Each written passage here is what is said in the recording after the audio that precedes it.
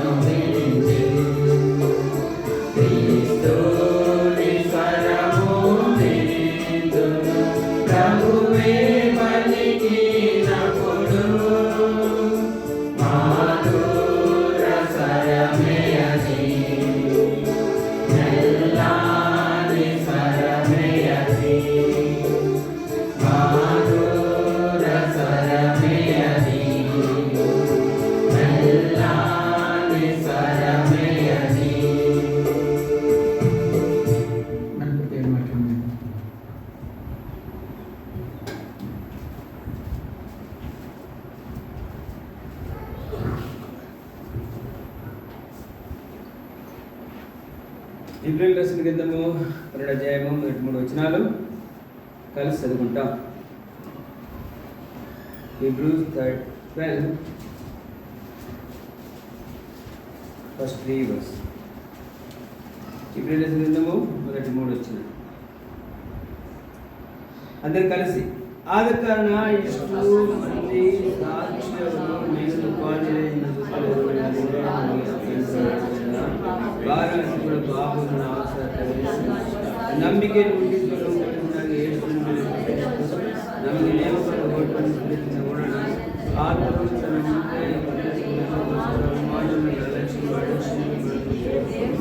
ದೇವರು ಮಾತಿನ ಒಳಗಡೆ ನೀವು ಮನಗುರಿಗಾಗಿ ಬೇಯಿಸಿದ ಒಳ್ಳೆದಂತೆ ಅದನ್ನು ಪಾಲ್ಗೊಳ್ಳಲು ವಿರೋಧವನ್ನು సహించును. మహిమగలదుడు మాటలు అనుగ్రహించిన ప్రార్థిస్తుంటాం మా గురించి. మహాగణుడు మహాగణుడు పరిశుద్ధుడు నివాసిన గొప్ప దేవ సమయాల ప్రభు మరలా మాట్లాడి ఇష్టపడే ఒక దేవుడు నావు వేడుకుంటున్నాను ప్రభు. ఈ గ్రంథంలో 2వ అధ్యాయంలో గొప్ప సత్యాన్ని బయటపరచు.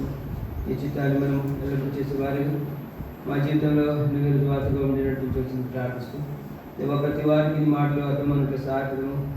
ప్రభానిను హైగుడును బలహీనును భాషల రానివాడను దేవ జ్ఞానం లేని వాడను పొడుస్తున్న ప్రభా నీ జ్ఞానంతో నింపము. నీ ఆత్మశ్రయం అనుగ్రహించు, నీ స్వేచ్ఛను అనుగ్రహించు, నీ ఆత్మ నడిపించుకోవాల్సిందిగా ప్రార్థిస్తూ కృష్ణుని వారికి బంధిస్తూ నన్ను తగ్గించుకుంటూ నిర్ణయిస్తూ యేసుక్రీస్తు వారి శక్తుల నామంలో స్తుతించి ప్రార్థించి అడిగి పెట్టుకుంటున్నాము తండ్రి.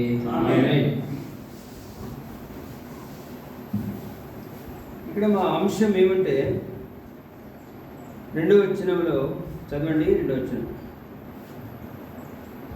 ನಂಬಿಕೆಯನ್ನು ಹುಟ್ಟಿಸುವವನು ಪೂರೈಸುವನಾಗಿರುವ ಯೇಸುವಿನ ಮೇಲೆ ದೃಷ್ಟಿ ಇಟ್ಟು ನಮಗೆ ನೇಮಕವಾದ ಓಟವನ್ನು ಸ್ಥಿರಚಿತ್ತದಿಂದ ಓಡೋಣ.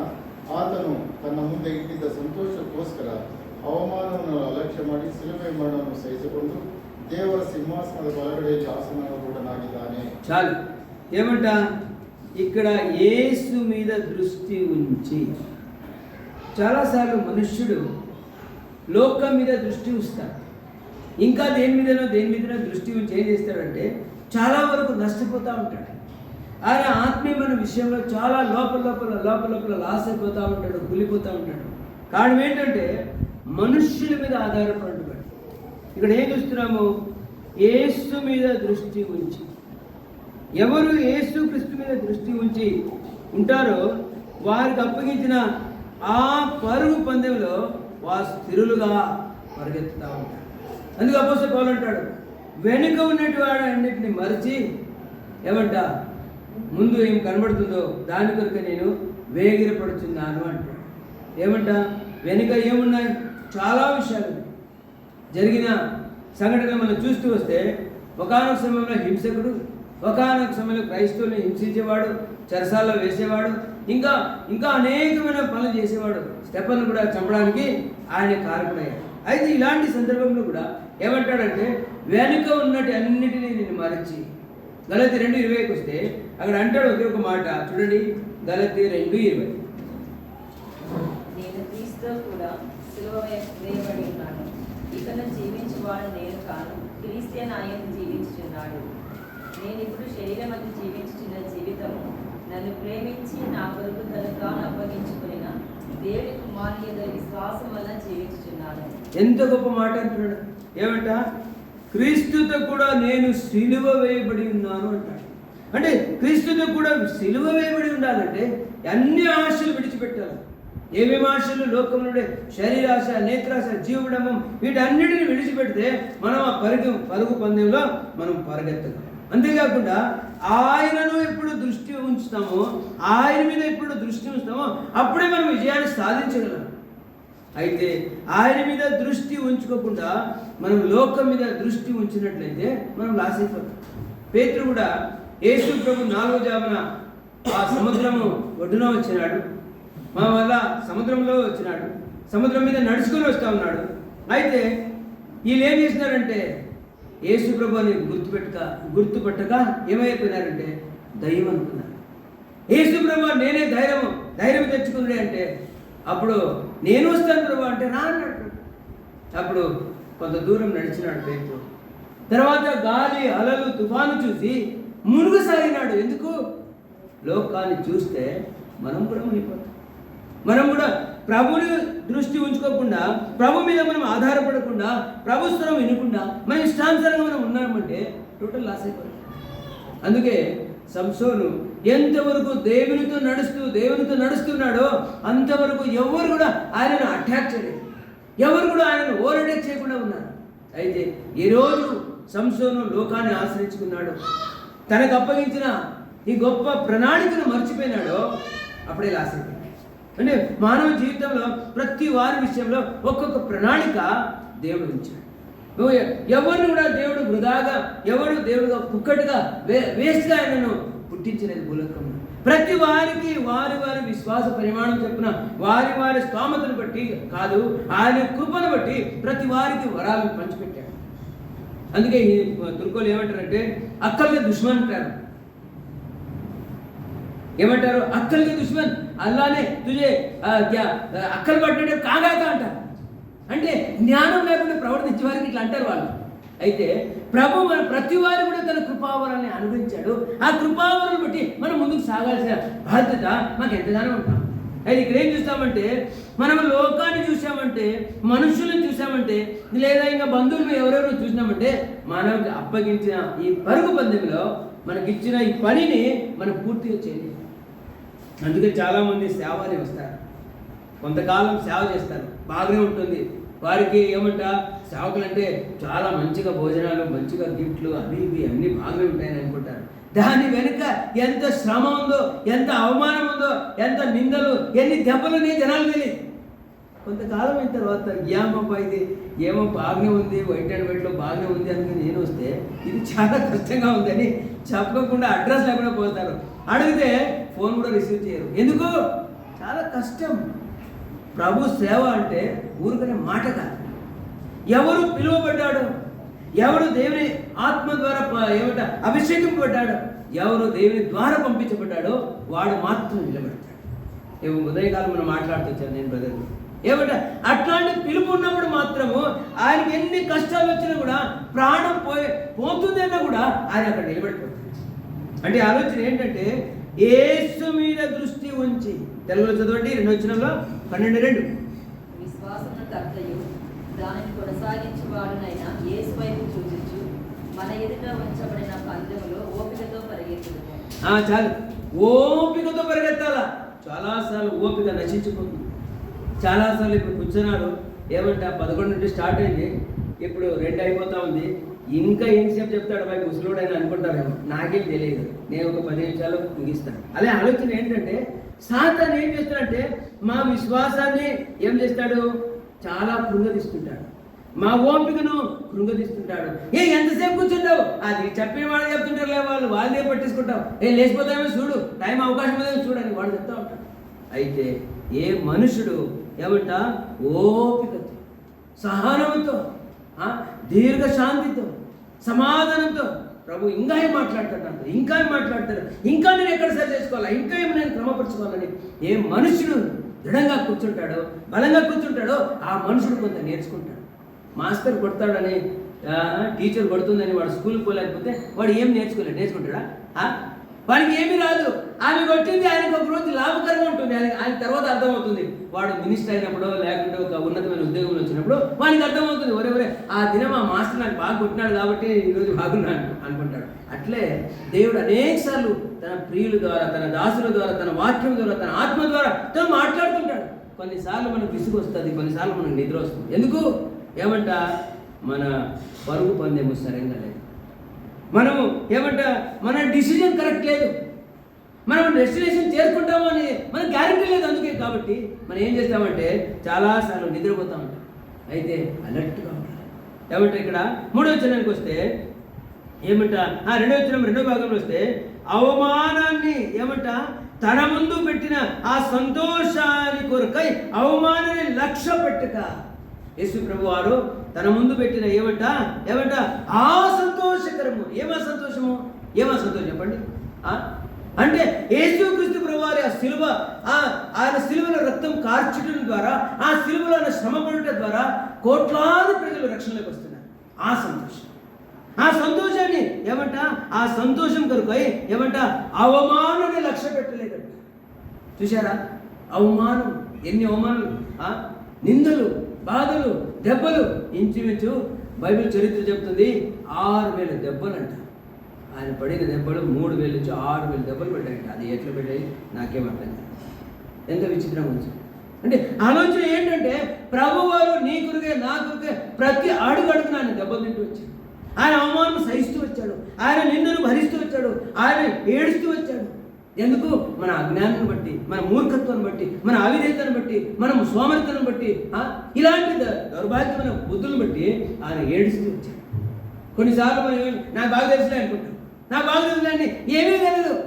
కొన్ని సమస్యలు వచ్చినప్పుడు కూర్చొని కూర్చుంటాం. ఏమబ్బా నా పరిస్థితులు అయిపోయింది. ఎందుకు? భార్య ఎదుట ఏడిస్తే ఆమె ఏమైంది, నీకు ఇప్పుడే బాగున్నా, ఇప్పుడేమైంది అని అడుగుతుంది. కాబట్టి వాడు పోయి సాటుని ఏడ్చుకుంటాడు. ఏం ప్రభా ఇట్లా అయిపోయింది, నేనేం చేయమంటావు ప్రభు అంటే, ప్రభు అప్పుడు మెల్లనే స్వరంతో మాట్లాడు, నేనున్నాను రా నీకు, నేనున్నాను రా నేను ఆదరించేవాడు, నేనున్నాను రా నీ ధైర్యపరిచేవాడిని. తల్లి కంటే ఎవరు లోకంలో ఏ మనుషులు అందరికంటే కూడా ఆయన ఆదరణ చాలా అద్భుతం. ఆయన మెల్లని స్వరంతో మాట్లాడు. ఇప్పుడే పాడి క్రీస్తుని స్వరం, మెల్లని స్వరం. ఆ స్వరాన్ని ఎవరు అంగీకరిస్తారో, ఆ స్వరానికి ఎవరు క్రైమ్ చెల్లిస్తారో వారి మాత్రం ఆ స్వరము చాలా విలువైనదిగాను, చాలా ఆశీర్వదకరంగా ఉంటుంది. అందుకే ఏమంట, తనకు అప్పగించిన పనిని, తనకు ఉంచబడిన ఆ పరుగు పందెంలో ఆయన ఆ సంతోషకరమైన ఆ సంగతి కొరకై అవమానాన్ని లక్ష్యం పెట్టాడు. శిలువ మరణం కూడా సహిస్తూ వచ్చాడు. అంతేకాకుండా ఏమంట, తండ్రి సింహాసనంలో కుడి పార్శ్వన ఆయన కూర్చున్నాడు. ఆ తండ్రి సింహాసనం కుడి పార్శ్వన ఆయన కూర్చున్నాడు. కారణం ఏంటంటే ఆయన ఏమంట తన అవమానాన్ని నిర్లక్ష్యం చేసి ఆ సంతోషం కొరకై ఆయన నిలబడుతూ వచ్చాడు. ఇది మా పాట. ఈ సంతోషం కొరకై మనం ఏం చేయాలంటే ఆ ప్రభుని చూడాలి. మనుషులను చూస్తే ఏం దొరుకుతుంది? మనుషులను చూస్తే ఒకటి దొరుకుతుంది, అవమానము, నింద, బాధలు, వేదనకరమైన మాటలు, వ్యర్థమైన మాటలు, అసూయ, ద్వేషము, ఇవే దొరుకుతాయి. కానీ మనుషుల దగ్గర ఇంకా ఏమీ దొరకవు. అయితే దేవుని దగ్గర ఏం దొరుకుతాయి అంటే ఆ సాత్వికం, ఆ దీన మనస్సు, ఆ ప్రేమ, ఆ క్షమించే గుణము, అంగీకరించే గుణం. అందుకే ఎఫెసీ పత్రికలో ఏం చూస్తామంటే చూడండి ఏమంట, అక్కడ ఒక మాట ఉంది ఏమంట, యేసు క్రీస్తుకు కలిగిన ఈ మనసు మీరు కూడా కలిగి ఉండుడి. ఉందా? త్వరగా ముగిస్తాను, టైం అయిపోయింది. చదవండి అమ్మా, ఎవరు చేస్తే చదవండి. క్రీస్తు యేసునకు కలిగిన ఈ మనసు మీరును కలిగి ఉండుడి. 2:5 కదా, ఫిలిప్పీ 2:5 కదా. యేసు క్రీస్తుకు కలిగిన ఈ మనసు 2:5 యేసు క్రీస్తు కలిగిన ఈ మనస్సు మీరు కూడా కలిగి ఉండుడి. 6వ వచనానికి వస్తే, ఆయన దేవుని స్వరూపం కలిగి ఉన్నా కూడా దేవునికి సమానుడిని ఎంచుకోకుండా తన అమూల్యమైన పదవిని విడిచిపెట్టాలనుకోకుండా ఏమంట, ఆయన దాన్ని విడిచిపెట్టి దాన్ని రిక్తులుగా ఆయన దాసుని స్వరూపంగా ఆయన భూలోకంలో కనబడుతూ ఎందుకు? నీకును నాకును ఆ సింహాసనం ఇవ్వాలని ఆశ. అందుకే ఆయన అప్పగించిన పని చాలా గొప్ప. ఆ గొప్ప పనిని మనం ఎట్లా నిర్వహించాలంటే చాలా యోగ్యంగా నిర్వహించాలి. అందుకే 3వ వచనానికి వస్తే ఏమంట, 3వ వచనం చదవండి మా 12:3, మా ఇబ్రియా 12:3.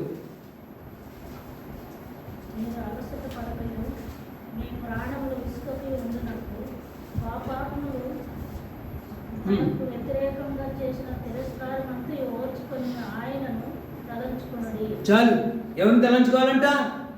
ఆ మహోన్నతమైన దేవుని తలంచుకోవాలా. మనుషులు కాదు, లోకంలోనే వారిని కాదు, ఆ జీవం గల దేవుని మనం తలంచుకోవాలా. ఆయన మీద దృష్టి ఉంచాలా. రెండోదిగా ఆయనను తలంచాలి. ఆయనను మనం దృష్టి ఉంచినప్పుడే ఏమవుతామంటే అనేకమైన పరిస్థితుల నుండి మనం ఏమవుతాం? ఎస్కేప్ అవుతాం. అన్ని పరిస్థితుల నుండి దేవుడు మనం ఏం చేస్తాడంట? విడుదల చేస్తాడు. కష్టంలో, చదువులో, ఉద్యోగంలో, కుటుంబ వ్యవస్థలో, ప్రతి విషయంలో వారి స్తోమతను బట్టి, వారి చదువును బట్టి, లేదా వారి వయస్సును బట్టి వారికి ఆయా సమస్యలు ఉంటాయి. అయితే ఆయా పరిస్థితుల్లో కూడా ఆయన చాలిన దేవుడు ఉన్నాడు. ఎవరికి? చిన్నపిల్లలకి చిన్నపిల్లలుగా ఉన్నాడు, యవనస్తులుగా ఉన్నాడు, మధ్య వయసు వాళ్ళకి మధ్య వయసుగా ఉన్నాడు, వృద్ధులుగా ఉన్నాడు. అలాగా ఆయన ప్రతి వారికి చాలిన దేవుడు. ఆయన దగ్గర ప్రతి వారికి ఇవ్వాల్సిన సొల్యూషన్ ఆయన దగ్గర ఉంటాడు. అందుకే ఏమంటే ఇక్కడ మీరు విసుగక ఆయనను ఆలోచించు. పాపులు ఆయనకెంతో విరోధం చేసినారు కానీ ఆయన సహించుకుంటూ వచ్చాడు. ఎందుకు? ఆయన ముందు ఉంచిన ఆ సంతోషం కొరకాయ, ఆ సంతోషమును పరిపూర్ణం చేయడానికి ఆయన సహించుకుంటూ వచ్చాడు. సర్వోన్నతమైన దేవునికి ఎన్ని శ్రమలుంటే మనకెన్ని ఉంటాయి? మన మనుషులు. అయితే ప్రభు వారి ఆశయం ఆయనను ఆయన మీద దృష్టి ఉంటే మాత్రము ఈ లోకంలో మనము చాలా యోగ్యమైన బ్రతుకును, యోగ్యమైన జీవితాన్ని జీవించడానికి సాధ్యమవుతుంది. ఆయనను మనం దృష్టించకుండా లోకాన్ని, బంధువులను, ఎవరినో దృష్టించామంటే ఎక్కడ మనం పడిపోతామో మనకు తెలియదు, ఎక్కడ మన విశ్వాసయాత్ర ముగించిపోతుందో తెలియదు. ఈ విశ్వాస క్రైస్తవ జీవితంలో అనేకమైన పరిస్థితులు మనం వెళ్ళాల్సి. అయితే ఇప్పుడైతే మనం చాలా సంతోషంగా, ఇప్పుడైతే ఏం సమస్య లేకుంటున్నాం. రానున్న దినాల్లో ఇంకా ఇన్ని కఠినమైన పరిస్థితులు మనకు రాబోతున్నాయో, అనుమతించబోతున్నాడో మనకు తెలియదు. అందుకే ఆయనను మనం గమనిస్తే, ఆయనను మనం దృష్టి ఉంచి, ఆయన మీద మనం ఆధారం చేసుకుంటే గొప్ప విజయాన్ని మనం పొందాలి. అందుకే యేసుక్రీస్తు ప్రభువారే మనకి అమూల్యమైన మాదిరి, ఆ మహోన్నతమైన దేవుడే మనకి మాదిరి. ఆ మాదిరిని అందుకే అపోస్తలుడు పౌలు అంటాడు, నేను క్రీస్తును అనుసరించినట్లు, నేను క్రీస్తును పోలి నడిచినట్లు మీరు కూడా నన్ను పోలి నడువుడి అంటాడు. చూడండి, చూసుకొని ముగించుకుంటాం. 11వ అధ్యాయము 1 కొరింథీ పత్రిక 11 నేను క్రీస్తును పోలి నడుచుకొనుచున్న ప్రకారమే మీరును నన్ను పోలి నడుచుకొనుడి. చాలు. ఏమంటే ఇక్కడ క్రీస్తును నేను అనుసరించి నడుచుకున్నా అంటే ఆయన ఎక్కడ కూడా డిఫాల్టర్గా కాలేదు. అంటే ఆయనకి ఎంత ధైర్యం ఉంది చూడండి. నేను క్రీస్తును పోలి నడుచుకుంటున్నానని రాస్తున్నాడంటే ఆయనలో ఉండే ఆ పవిత్రత, ఆయనలో ఉండే ఆ దీనత్వము, ఆయనలో ఉండే ఆ ఓపిక, ఆయనలో ఉండే ఆ దీన అంతేకాదు ఆయనలో ఉండే ఆ పరిపూర్ణతకి వచ్చే ఆ ప్రత్యక్షత ఎలా ఉంది చూడండి. అందుకే ఏమంటున్నాడు? నేను క్రీస్తును పోలి నడుచుకున్నట్లు మీరు కూడా నన్ను పోలి నడుచుకోండి. ప్రేమైన దైవజనులారా, మనం కూడా క్రీస్తుని పోలి నడిచే బాధ్యత మనకుంటాం. ఆయన యొక్క సర్వ సంపూర్ణతలో, ఆయన యొక్క సారూప్యంలో మనం వచ్చినప్పుడే ప్రజలు మనలో క్రీస్తుని చూస్తారు, మన మాటలో క్రీస్తుని చూస్తారు, మన నడకలో క్రీస్తుని చూస్తారు, మన ఆలోచనలో క్రీస్తుని చూస్తారు, మన ప్రతి విషయంలో కూడా ప్రభుని ప్రజలు చూస్తారు. అంతేకాకుండా మనం ఎక్కడ అడుగు పెట్టినా కూడా అక్కడ ఎట్లుంటుంది, వెలుగు. ఎక్కడ మనం పోయినా కూడా ఆశీర్వాదంగా ఉంటుంది. ఎక్కడ పోయినా వారు సంతోషిస్తారు మా విషయంలో. అంటే ఏమంట, నిస్వార్థంగా పనిచేయాలి. ప్రభు ఎలాగో నిస్వార్థంగా తన కొరకు ఏమీ చేసుకోలేదు, కానీ మన కొరకు అన్ని త్యాగం చేశాడు. తన ఆఖరి రక్తబొట్టు వరకు ఆయన కారుస్తూ వచ్చాడు. ఆయన ప్రాణం పోవడం వరకు మనం ప్రేమిస్తూ వచ్చాడు. ఆయన ఆఖరి వరకు మనం ప్రేమిస్తూ వచ్చాడు. మనమైతే ఎంతవరకు ప్రేమిస్తాము? కొంతవరకు ప్రేమిస్తాము. ఒక బౌండరీ ఉంటుంది, ఆ బౌండరీ లోపలే అంతవరకు ప్రేమిస్తాము. ఆ బౌండరీ అయిందంటే, ఆ బౌండరీ క్రాస్ అయిందంటే ఇంకా మన ప్రేమ ఆగిపోతుంది. అయితే మన జీవుల దేవుని ప్రేమ ఎలాంటిదంటే అగాపే ప్రేమ. ఆ ప్రేమ ఎలాంటిదంటే నిస్వార్థమైన ప్రేమ. అందుకే ఆయన అంతగా ప్రేమించాడు. కాబట్టి ఆయన ఏమంటున్నాడంటే, క్రీస్తును ఎదురు చూచు ఆ ఓపికతో పరిగెత్తే వారిగా ఉన్నామంటే ఆ పరుగు పందెంలో ఎవరుండాలా? యేసుక్రీస్తు ప్రభువారు. మన దృష్టి ఎవరి మీద ఉండాలంటే యేసుక్రీస్తు వారి మీద ఉంటేనే మనం జీవించాలి. ఈనాటి అనుభవం సాగుతున్నట్లు అపోస్తలుడు పౌలు ఎలా జీవించాడో, యేసుక్రీస్తు ప్రభువారిని అనుసరించి జీవించాడు, అలాగే మనం కూడా జీవించడానికి కృప అనుగ్రహించిన గాక.